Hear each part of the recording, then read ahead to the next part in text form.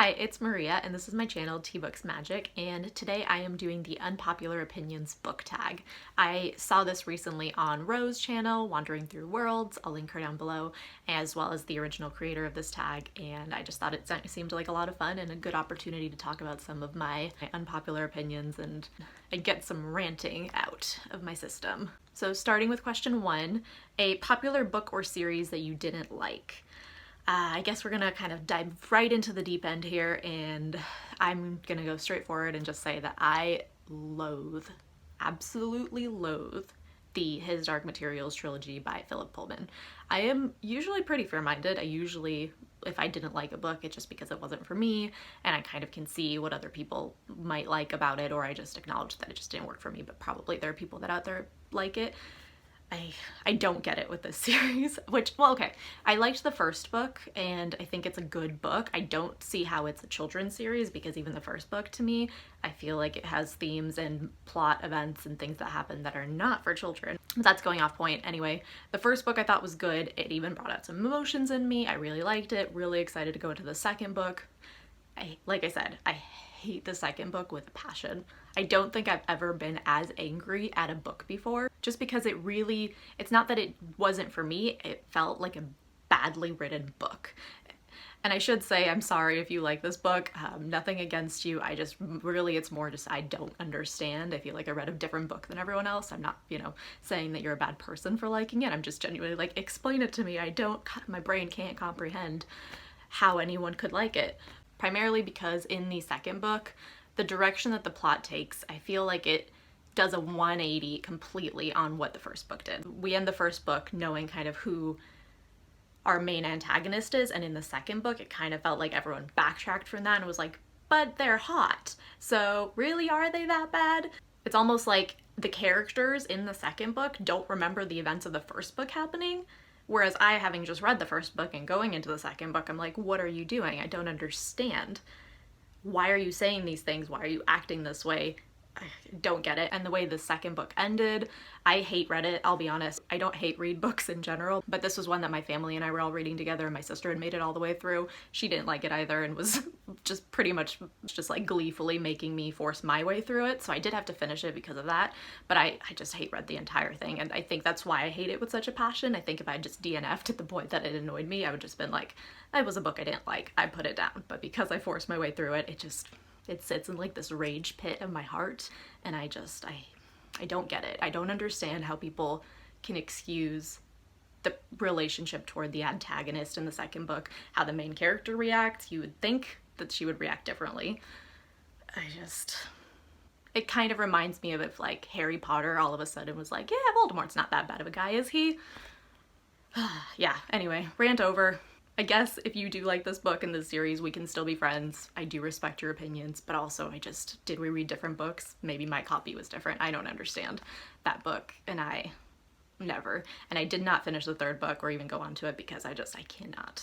Okay, so question 2 is a popular book or series that everyone else seems to hate but you love. And this one we're going less controversial. I think we started off with my very controversial takes. This one I'm going to say the Inheritance Cycle by Christopher Paolini. So the first book is Aragon. It's not necessarily one that I think that people really hate and I love. It's just that I feel like a lot of people write it off as like pretty tropey or really inspired by Lord of the Rings and not having that much unique content. That's a lot of what I've heard, and I love this series. This is actually what got me back into reading and back into my love of fantasy after college, so I think it also holds a special place in my heart for that. But I also think that there's concepts and kind of unique things in this that I've then since looked for in other dragon inspired kind of series and have not found. So for me it is unique on that way, but I kind of get what people are saying, that especially book 1 is very inspired by kind of traditional classic fantasy tropes and themes and storylines and Lord of the Rings type stuff. So I get it, but I love it and will defend it to the end of the earth kind of love. Question 3 is a love triangle where the main character ended up with a person you did not want them to end up with. Warn people for spoilers, or an OTP that you don't like. And I couldn't really think of one for this other than the Seven Realms Quartet by Cinda Williams Chima, the first book of which is The Demon King. It's really the only one I can think of where I was rooting for the main character to end up with someone other than who they did end up with. I'm usually kind of either, I guess, fairly predictable in the way that I follow the main kind of couple of the story, or I'm happy with usually where that ends up, or I don't really care much either way. But in this one, I really wanted her to end up with someone else, and she didn't, but I feel like we were being teased and led that way. And I didn't hate the couple that really ended up together, but I just thought someone else was better. Question number 4 is a popular book genre that you hardly reach for. And for this, it's pretty much anything other than fantasy. I pretty much only read fantasy at this point. I read a lot of historical fiction growing up, and I've stopped reading that, so that I don't reach for anymore. But yeah, at this point, all that interests me is fantasy, so I'm kind of riding that wave until I find interest in something else and just reading what makes me happy. But I will also say, I guess, spooky books, because this is kind of the fall season when everyone gets into the like October spooky season. Let's read some thrillers, read some scary books kind of mood, and that's really great to see. I just have no interest in spooky books, so I kind of just read the same thing through October that I do throughout the rest of the year. Question number 5 is a popular or beloved character that you do not like. I would say, I guess, Vin from the Mistborn Era 1 trilogy by Brandon Sanderson. I actually liked her in book 1, The Final Empire. I just didn't like her in book 2. She annoyed me, especially not because of where her head was at in book 2. I think I've heard people say that they don't like kind of where she's at emotionally, and it wasn't that, it was kind of how she processed it all on her own toward the end, and then never communicated it. It just kind of, she was like, I've decided in my head that this is good, and it was about a relationship with other people, so, and then she just never had that talk. She just decided it for herself, and that the whole kind of the way that wrapped up annoyed me.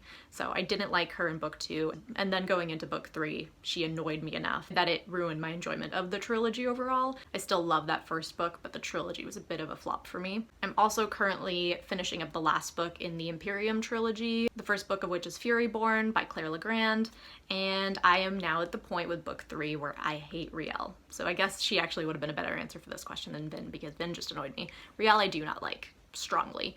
I don't like where she's heading. I want her to make different decisions, so reading her POV chapters is annoying me, but I like the other characters and I like the writing style enough that I'm continuing on. But yeah, Riel from the Imperium trilogy. Question 6 is a popular author that you can't seem to get into. And for this one, I'm going to go with Michael J. Sullivan. I started and read, I would say, 2/3 of Theft of Swords. The first bind-up is 2 stories in one, so I read the first and then half of the second. And I don't get it. I thought I would love it because everyone said that it's got such a great bromance at the kind of heart of it, and I love banter and kind of really great strong friendship relationships, and I just felt very meh about it again, and just very like, it felt the plot was boring, the writing style was kind of boring. I didn't personally really kind of find the humor funny at all, so it just didn't work for me. I do want to give Michael J. Sullivan another go, but I think this might be one that unfortunately I just won't be able to get into. And the other one, I guess, would be Robert Jackson Bennett. I read Foundry Side by him and really loved it, gave it 5 stars, and then DNF'd the sequel, Shorefall, because I found it boring and I didn't like the characters, and it was very love-hate. Kind of the stuff that I liked in book 1 was not present in book 2.